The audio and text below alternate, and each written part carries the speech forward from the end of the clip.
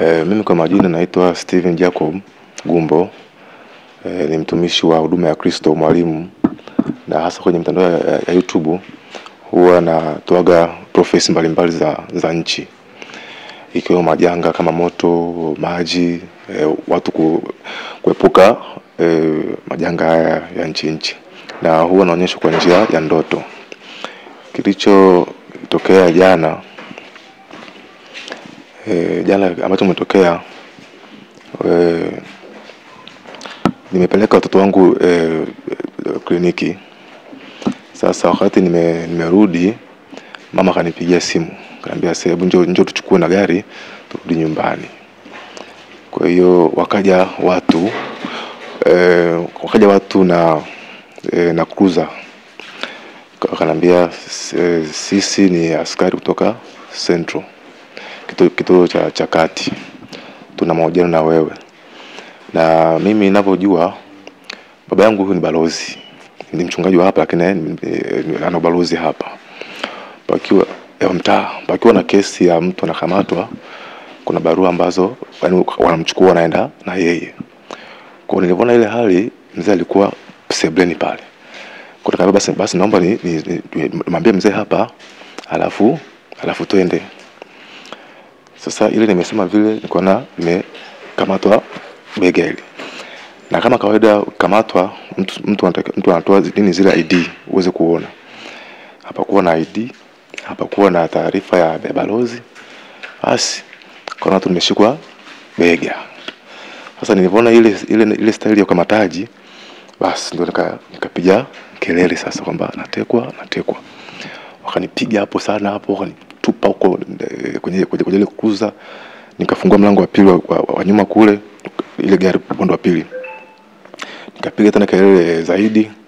Bahati nzuri kuna wananchi ambao waliona ile tukio, na wenyewe wakawa wanapiga kelele saa hizo. Na wengine nafikiri wakarusha mawe. Basi wakanitoa hapa kwa spidi kali. Tukaenda huko, wakanifunga vitambaa viwili usoni. Wakanifunga na pingu kwa nyuma. Wakanifungia hapo kuna dampo. Kwa hiyo wakati naelekea, mimi nikaangalia tu uelekeo. Sababu najua kutoka hapa ukikata hivi ni Mbauda. Ukienda huku ni maeneo ya mjini huku. Nikaona gari imekata kushoto. Ikaenda kama kilomita kama 3-4, ikakata tena juu, alafu kuna imezunguka. Ikaenda. Basi wakati ananiambia bana, wewe umefariki. Basi baada hapo ndio sasa wakanichukua mpaka hapo sasa kujua napelekwa wapi sasa. Nikaingizwa kwenye chumba fulani hivi. Basi ndio hapo kaanza kunipiga sasa. Kwamba ilifikia wakati wakateremshwa. Baada ya kufika kwenye hilo eneo sasa ambalo wao wenyewe wanajua mimi sijui ni wapi. Basi nikashushwa pale vizuri. Baada ya pale ndio kaanza kupigwa, kanimwagia maji, kaanza kunipiga. Utaratibu uliotumika ambao mimi naujua haukuwa hivyo. Sababu pia kukamatwa unaambiwa kwamba kuna shida gani, pia watatoa ID.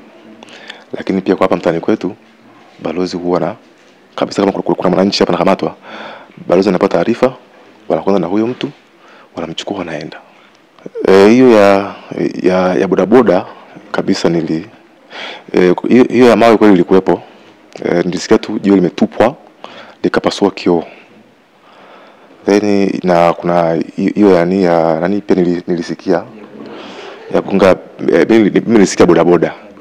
Nilisikia tu bodaboda, sasa sijui palikuwa pana mtu au la. Hivyo. Na honi zilikuwa nyingi sana barabarani. Yaani speed ile ilikuwa ni kali sana. Kali sana. Sasa sijaona, maana nilikuwa nimefungwa. Nilikuwa sijaona sababu nilikuwa nimefungwa. Safari yako ilishia wapi hadi ulipopatikana?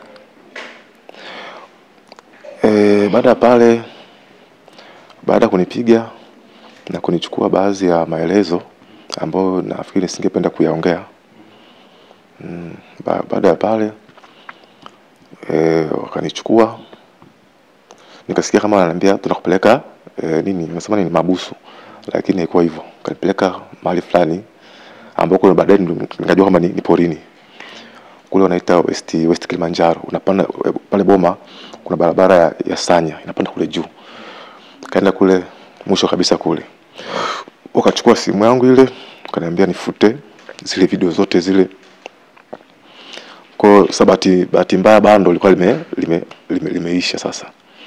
Kwa ikabidi sasa wafanye mpango apate bando.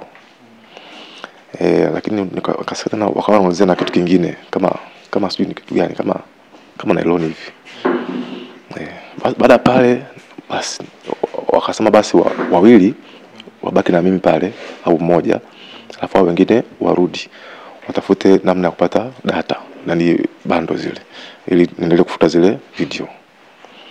Basi wakanitoa sasa hivyo, na hapo tayari miguu na haifai. Kaniburuza hivyo kanipeleka kwenye kapori hivi. Kaambiwa lale hivi. Kakanyagiwa hapo shingoni. Basi nikasikia wewe mmoja akasema, "Bana, twende bana." Kapesa huyu hapa tunamwachaje hivi? Tunamwachaje na maneno mengine ambayo pia nisingependa kuyazungumza kwa sababu ya mambo ya publicity. Basi baada pale nikasikia tu gari imewasho imeondoka. Sasa pale nikawa sisi kutembea. Nikaanza sasa kubiringita pale, kutembea na magoti mpaka barabarani pale. Nikawa barabarani sasa pale. Ndio sasa pakatokea bodaboda kwanza akaja pale, alipoona ile hali akapita. Ikaja na lori moja mafuta na yenyewe ikaogopa. Wakaja bwana mmoja ambao ni wanalinda tembo asiingie kwenye mashamba kule. Kwa walipoona basi nikajitambulisha, bana mimi ni fulani mtumishi yule mtandaoni, nisaidieni. Saidieni bana, nimetekwa, nimetupwa huku, nisaidieni. Basi wale bwana mmoja alikuwa ni muoga, anasema hii kesi sije kamia kwetu. Basi baada ya pale wakanisaidia. Mmoja kabisa akanisaidia. Nikaomba namba ya simu, nikaomba simu yao nipige simu angalau watu wajue kwamba niko hai. Maana simu yako simu na wifi umechukua saa zote, kofia, sendo hivyo. Na funguo pia zangu, funguo za nyumba zote nipotelea huko. Basi wale bwana wakanisaidia kwenye kampu yao. Baadaye wakaniambia kwamba aisee wamerudi kule kama wanatafuta. Ndio sasa wale bwana wakafanya mpango, nikatolewa kwenye ile camp nikaenda sehemu nyingine. Naomba mengine nisiongee, lakini nimesaidiwa na raia wema tu ambao walikuwa ni